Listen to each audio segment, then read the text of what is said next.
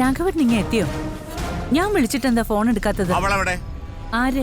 നിന്റെ മുടിയനായ പുത്രൻ ഒരുത്തിയെ കെട്ടെഴുന്നള്ളിച്ച് കൊണ്ടുവന്നിട്ടില്ലേ? അവളെവിടെ എന്നാ ചോദിച്ചത്. അഞ്ജലി,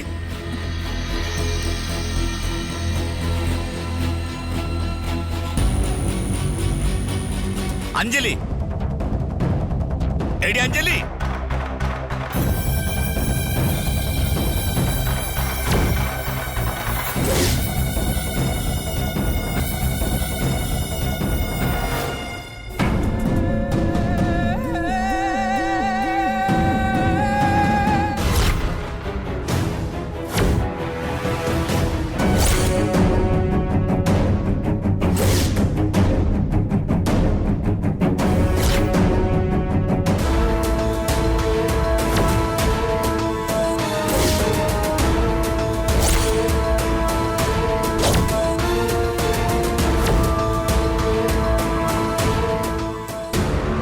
നീ ഇന്ന് പകൽ മുഴുവൻ എവിടെയായിരുന്നു?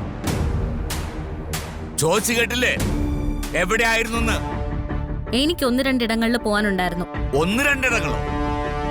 ആ പോയ ഇടങ്ങൾക്കൊന്നും പേരില്ലേ? പേരൊക്കെ ഉണ്ട്, പക്ഷെ അതൊക്കെ ഇവിടെ വന്ന് പറഞ്ഞു ബോധിപ്പിക്കേണ്ട കാര്യം എന്താന്ന് എനിക്ക് മനസ്സിലാവുന്നില്ല. മനസ്സിലാക്കി തരാം. ആദ്യം, ഇന്ന് നീ പോയ ഇടങ്ങളിൽ ജില്ലാ കോടതി എന്ന ഒരു ഇടമുണ്ടോ എന്നാണ് എന്റെ ചോദ്യം. ഉണ്ടായിരുന്നു എന്നതാണ് എന്റെ ഉത്തരം. ഓഹോ, മനസ്സിലായി മനസ്സിലായി. അപ്പോ നീ രണ്ടും കൽപ്പിച്ച് തന്നെയാണെന്ന് സാരം.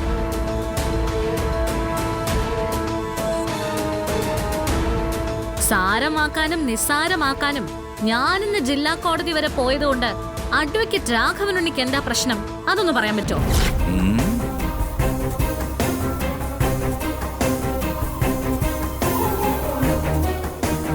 അല്ല, ഇനി അഥവാ ഇപ്പൊ എന്തെങ്കിലും പ്രശ്നം ഉണ്ടെങ്കിൽ തന്നെ അതെന്റെ ഭർത്താവിനല്ലേ തോന്നേണ്ടത്, വലിയ വക്കീലിനല്ലല്ലോ.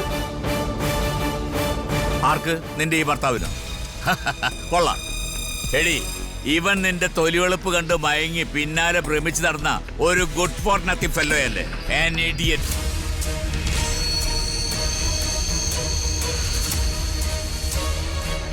അർജുൻ നിന്റെ ഭർത്താവാകുന്നതിന് മുൻപ് രാഘവൻ ഉണ്ണിയുടെ മകനായിരുന്നു. അത് നീ മറക്കണ്ട. നന്ദിനി, അത് വിട്ടേക്ക്. ഇവിടെ പ്രശ്നം അതല്ലല്ലോ. നീ ഈ വീട്ടിൽ വന്നു കയറി അന്ന് തന്നെ, അഥവാ നിന്നെ ഈ വീട്ടിൽ കയറ്റാൻ ഞാൻ അനുവാദം തന്ന അന്ന് തന്നെ നിന്നോട് വളരെ വ്യക്തമായിട്ട് പറഞ്ഞതാ. ഇനി അങ്ങോട്ടുള്ള നിന്റെ സ്ഥാനം കോടതി വരാന്തയിലല്ല, ഈ ശംഖുചക്രത്തിന്റെ അടുക്കള വരാന്തയിലാണെന്ന്.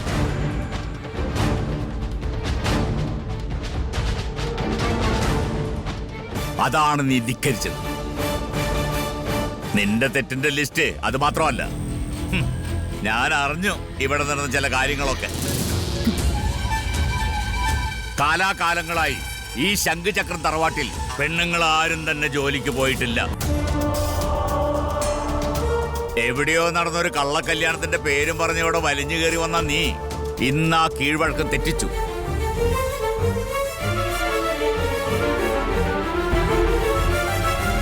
മുതിർന്നവിടുത്തെ സ്ത്രീകളോട് അപമാനം കാണിച്ചു. അക്ഷന്തവ്യമായ തെറ്റ്.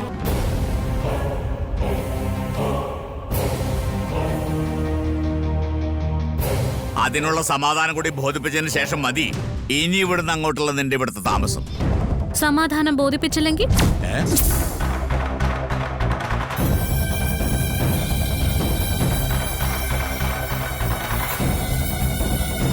പറയ് വലിയ വക്കീലെ.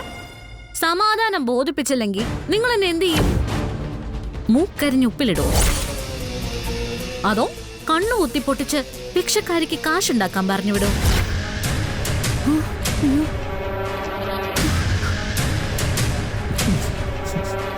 ഏതാണ് രാഘവനുണ്ണി സാറിന്റെ ഓപ്ഷൻ? എന്താടി പരിഹാസമാണോ? നിന്നെ ഞാൻ ഇന്ന് തൊട്ടുപോറോളെ.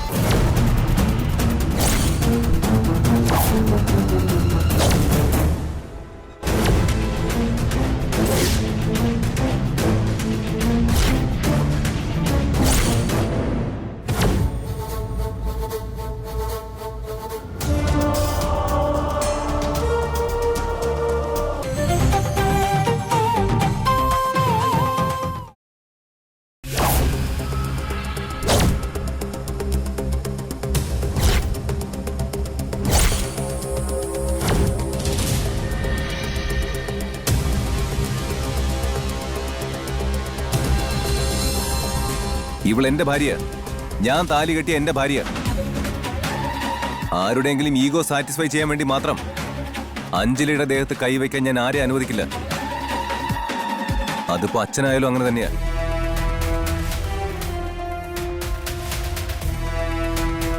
ഓഹോ,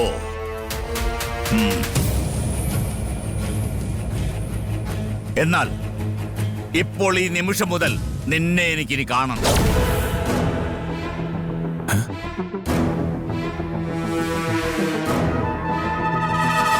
കടക്കടാ പുറത്ത്. അഡ്വക്കേറ്റ് രാഘവനുണ്ണിയുടെ ഈ ശംഖുചക്ര തറവാട്ടില് രാഘവനുണ്ണി എടുത്ത തീരുമാനങ്ങൾ ധിക്കരിക്കാനാണ് അഞ്ജലിയുടെ തീരുമാനമെങ്കിൽ അവളും ഇനി ഈ വീട്ടിൽ വേണമെന്നില്ല. ഇപ്പൊ ഇറങ്ങണം രണ്ടുപേരും, ഈ നിമിഷം ഇവിടെ നിന്ന്.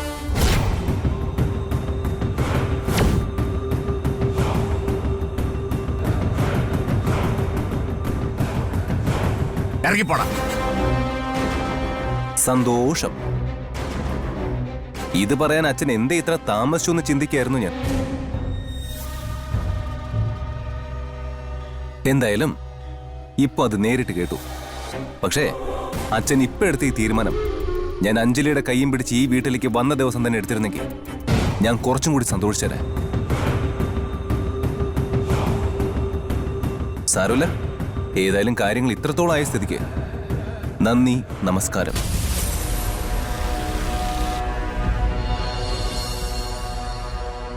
ഞങ്ങൾ ഇറങ്ങുക.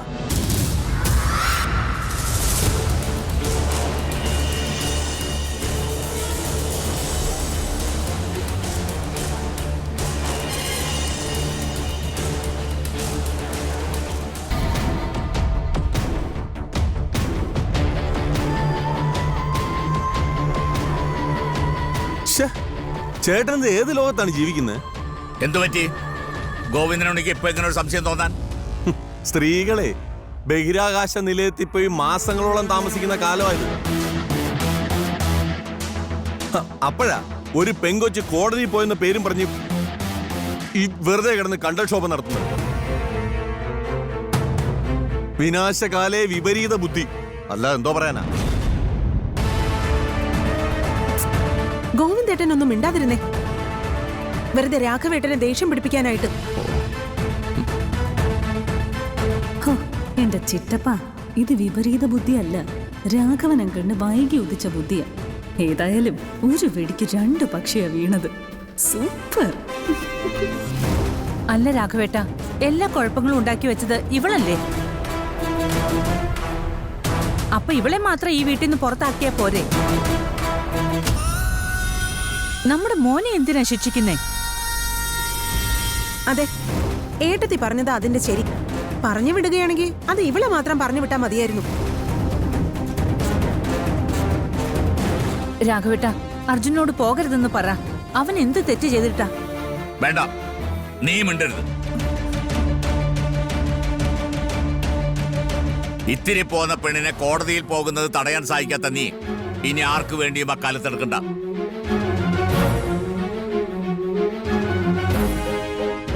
മനസ്സിലായോ? കോടതിയായ കോടതികളിലൊന്നും തോൽവി എന്തെന്നറിഞ്ഞിട്ടില്ലാത്ത അഡ്വക്കേറ്റ് രാഘവനുണ്ണി സ്വന്തം മകനെ തന്നെ ഇങ്ങനെ പടിയിറക്കുന്നത് എന്തിനാണെന്നാ എനിക്ക് മനസ്സിലാവാത്തത്. സ്വന്തം ഈഗോ കൊണ്ട് തന്നെ, അല്ല പിന്നെ വേറെന്തുവാ? ഗോവിന്ദ, വെറുതെ കിടന്ന് ഒച്ച ഉണ്ടാക്കണ്ട. ഈ മുൻകോപവും ശുണ്ടിയും ഒക്കെ രാഘവനുണ്ണി എന്ന ഭീരുവിന്റെ രക്ഷാകവചമാണെന്ന് ഞാൻ പറയും. ഒപ്പം ചീപ്പ് ഈഗോയും. കഷ്ടം തന്നെ. ഗോവിന്ദ, വായടക്കാനാ പറഞ്ഞത്. എന്തിന് വായടക്കണം? The mighty advocate Raghavanunni is a covered.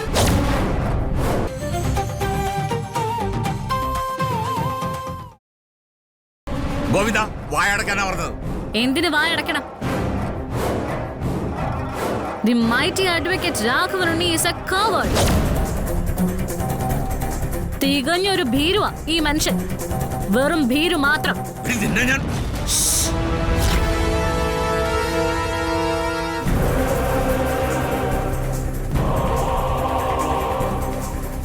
ഓർമ്മയുണ്ടോ വലിയ വക്കീലിന്?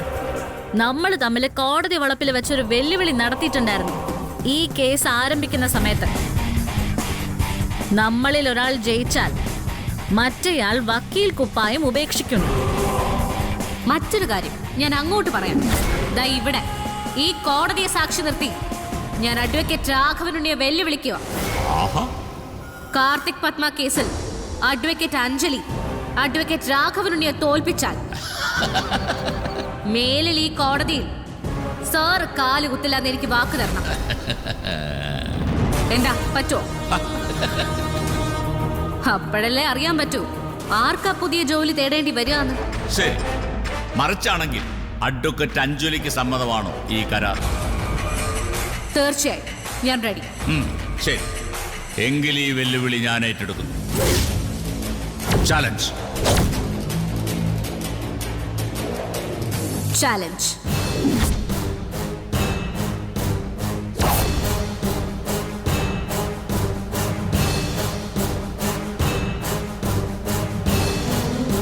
അറിയാവുന്ന കള്ളക്കളികൾ മുഴുവൻ കളിച്ചിട്ടും കോടതിയിൽ എന്നെ നേരിട്ടാൽ പത്മ കേസിൽ സ്വന്തം തോൽവി ഉറപ്പാണെന്ന് മനസ്സിലാക്കിയതോടെ ഇവിടെ ഒരു ഇറക്കിവിടൽ നാടകവുമായി എത്തിയ നിങ്ങളെ പിന്നെ ഒരു ബീരു നല്ലത് എന്താ വിളിക്കേണ്ടത്? You are nothing but A loser. That's all.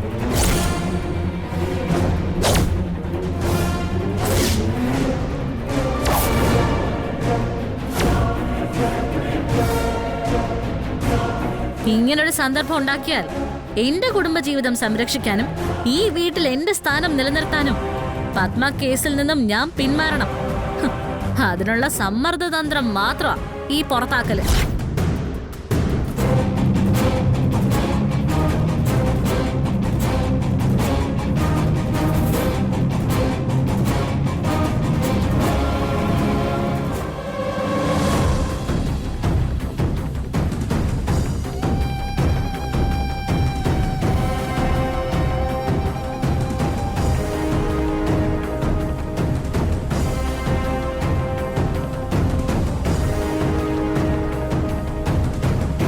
രാത്രിയിൽ നീ യാത്രയില്ല, ഞങ്ങൾ ഇറങ്ങാം.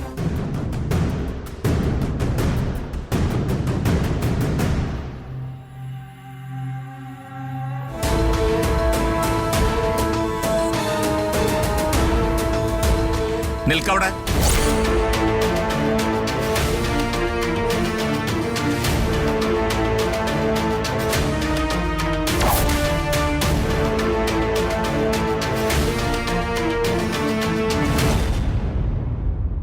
നീ ഇപ്പോൾ ഇവിടുന്ന് ഇറങ്ങിയാൽ നീ ഇപ്പോൾ നടത്തിയ വാദം ശരിയാണെന്ന് ഇവിടെയുള്ളവർ വിശ്വസിക്കും.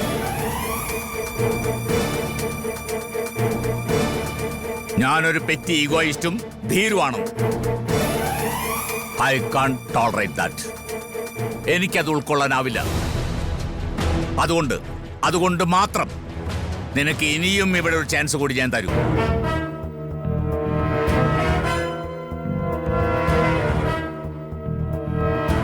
കോടതിയിൽ നമ്മൾ ഏറ്റുമുട്ടിക്കൊണ്ടിരിക്കുന്ന പത്മ കേസ് കഴിയും വരെ, അതുവരെ മാത്രം നിനക്ക് ഈ വീട്ടിൽ തുടരാം.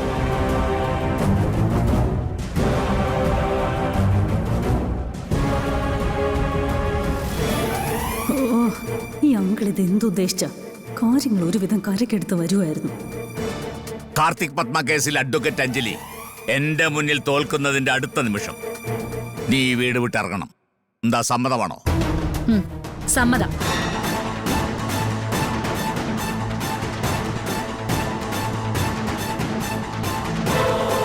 മറിച്ചാണെങ്കിലോ? മറിച്ച് സംഭവിച്ചാൽ വിധി പ്രസ്താവിക്കുന്ന ജഡ്ജിയുടെ മുന്നിൽ വെച്ച് ഈ അഡ്വക്കേറ്റ് രാഘവനുണ്ണി വക്കീൽ ഈ കോട്ടൂരി നിന്റെ കയ്യിൽ തന്നിരിക്കും.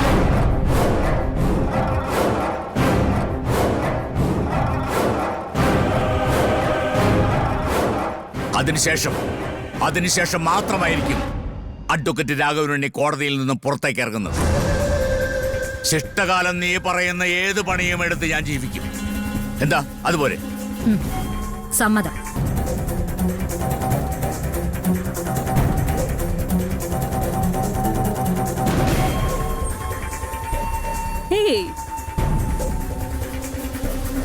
ആ സമ്മതം മാത്രം പോരല്ലോ അഡ്വക്കേറ്റ് അഞ്ജലി. പത്മ കേസ് തോറ്റതിന് പിന്നാലെ അഡ്വക്കേറ്റ് അഞ്ജലി ഇവിടെ നിന്നും ഇറങ്ങിയാൽ അത് അഞ്ജലി ഈ തറവാടിനുണ്ടാക്കി വെച്ച ഡാമേജിന്റെ നഷ്ടപരിഹാരം മാത്രമല്ലേ ആവുന്നുള്ളൂ.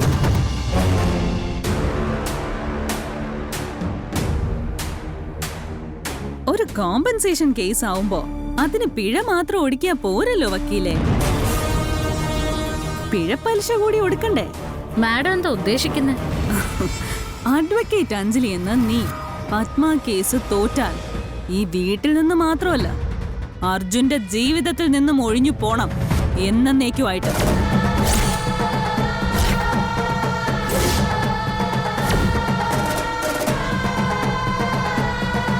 എന്താ സമ്മതമാണോ?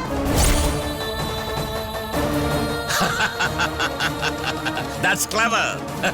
നീയാണ് ബുദ്ധിമതി. അനിയത്തി വെറുതെ കറുത്ത കോട്ടിട്ട് നടക്കുന്നേ ഉള്ളൂ. അവളെക്കാൾ വലിയ വക്കീൽ നീയാ. എന്താ അഡ്വക്കേറ്റ് അഞ്ജലി മാഡം, അനുപമ പറഞ്ഞതാണ് condition. Are you ready for A deal?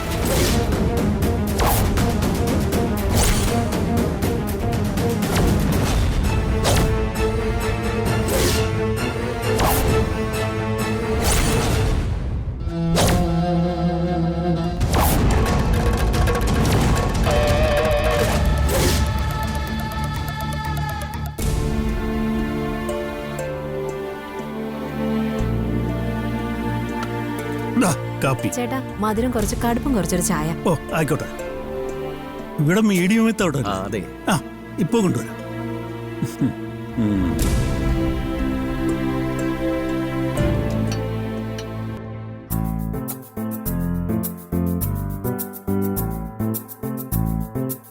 ചേട്ടാ 10 രൂപയല്ലേ? ചായയല്ലേ? ആ അതെ. ആ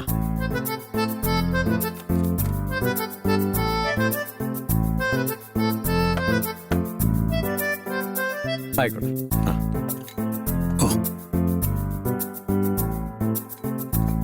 എടോ ശിവരാമ, താൻ എന്നെ ഞെട്ടിച്ചു കളഞ്ഞല്ലോ. എന്തു പറ്റി? അല്ല, ഒറ്റ ദിവസം കൊണ്ടല്ലേ താൻ പണി പഠിച്ചു കളഞ്ഞത്. തന്റെ പോക്ക് ഇങ്ങനെയാണെങ്കിൽ നാട്ടിൽ പോയ ഭായിയോട് മടങ്ങി വരണ്ടാന്ന് ഞാൻ വിളിച്ചു പറയട്ടെ. അയ്യോ അത് വേണ്ട. ഞാൻ കാരണം താൻ ആരുടെ പണികളെ നിൽക്കണ്ട. അതൊക്കെ പാപാ. നാട്ടിൽ പോയ ബംഗാളി വന്നോട്ടെ. അന്നേരം എന്റെ ആവശ്യം ഇവിടെ ഇല്ലെങ്കിൽ മറ്റെന്തെങ്കിലും പണി നോക്കാലോ. എടോ ഞാൻ കാര്യമായിട്ട് പറഞ്ഞതാ. ഇലക്ഷൻ വോട്ട് ചെയ്യാനെന്നും പറഞ്ഞ് നാട്ടിൽ പോയതാ ബംഗാളി. ഇനി വന്നിട്ട് വന്നെന്ന് പറയാം. അവരെയൊക്കെ നമ്പി നിന്നാലേ നമ്മുടെ പിഴപ്പ് മുന്നോട്ട് പോവില്ല. താനല്ലെങ്കിൽ വേറൊരാളെ എനിക്ക് കണ്ടുപിടിച്ചേ പറ്റൂ. അതാ ഞാൻ പറഞ്ഞത്. തനിക്ക് മറ്റു ബുദ്ധിമുട്ടുകളൊന്നും ഇല്ലെങ്കിൽ താൻ ഇവിടെ തന്നെ നിന്നോ. അത്യാവശ്യം കാശൊക്കെ ഞാൻ തന്നോളാം.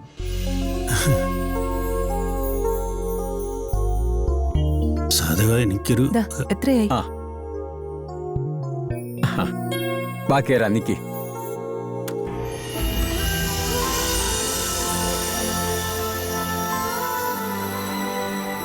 സാധക അത് പിന്നെ ഞാൻ എത്ര നാൾ വേണമെങ്കിലും ഇവിടെ നിന്നോളാം.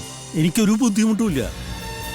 പക്ഷെ ഞാനിവിടെ ചായ അടിച്ച് എച്ചിലും മേശയും തുടച്ചു നിൽക്കുന്നുവെന്ന് കോളനിക്കാരോ എൻ്റെ വീട്ടുകാരോ അറിയരുത്. അതാണ് ഒരു അപേക്ഷ. അതെന്താ ശിവരാമ, ഈ ജോലി അത്രയ്ക്ക്? അയ്യോ തെറ്റിദ്ധരിക്കരുത്. ചെയ്യുന്ന ജോലിക്ക് കുറച്ചിൽ കണ്ടിട്ടല്ല.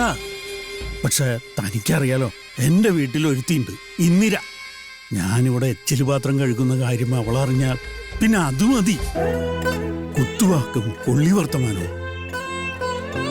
അതുകൊണ്ട് മാത്ര ഇത് തന്നോട് ആവശ്യപ്പെടുന്നു. എനിക്ക് മനസ്സിലാവുന്നുണ്ട്. ആ താനിപ്പോ ചെന്ന് ആ പാത്രങ്ങൾ കഴുകി വെക്കാൻ നോക്ക്. കടയടയ്ക്കാൻ നേരമായി. ഓ ശരി.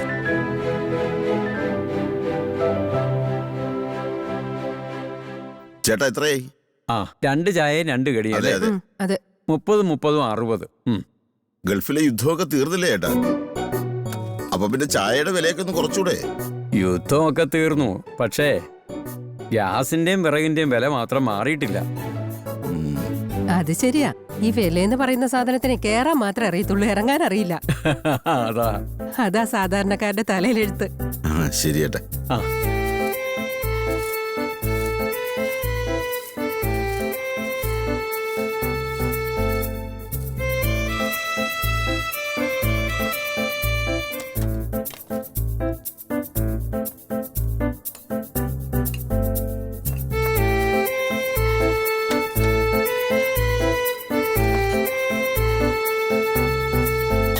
എന്താ ശിവരാമ, ജോലിയൊക്കെ ഒതുക്കിയോ?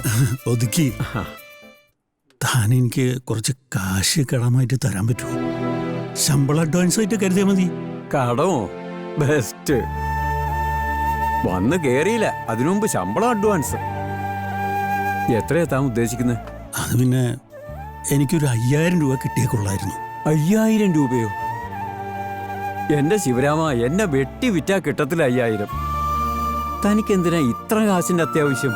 അത് ആ സുന്ദരേശന് 2 മാസത്തെ വാടക കുടിശ്ശിക കൊടുക്കാണ്ട്. അതിന് കുറച്ചെങ്കിലും കൊടുത്തില്ലെങ്കിൽ പിടിച്ചു നിൽക്കാനാകില്ല. അതുകൊണ്ടാ. നടക്കില്ല ശിവരാമ, പറയുന്നുണ്ടൊന്നും തോന്നരുത്.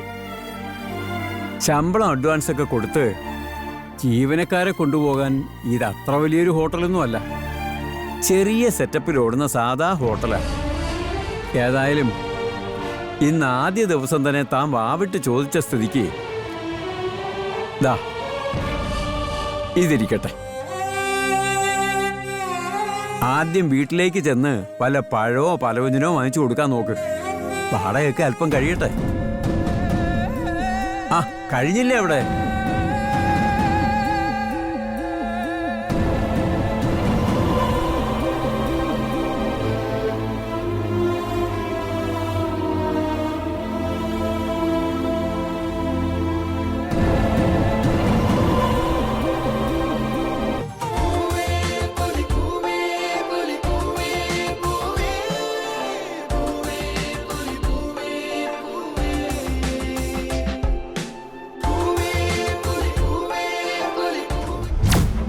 തന്റെ വായിൽ നിന്നും പൊഴിയുന്ന അടുത്ത ന്യായീകരണവും കൂടെ കേട്ടിട്ട് വേണം തന്റെ കാര്യത്തില് എനിക്ക് രണ്ടിലൊന്ന് തീരുമാനിക്കാൻ. ഞാൻ എവിടേക്കെങ്കിലും ഒരു യാത്ര പോവും.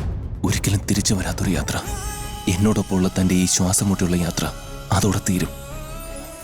പിന്നെ തനിക്ക് സ്വതന്ത്രമായി ജീവിക്കാം, സന്തോഷത്തോടെ. തൽക്കാലം താൻ അഞ്ജലിയുടെ കൂടെ തന്നെ തുടരണം.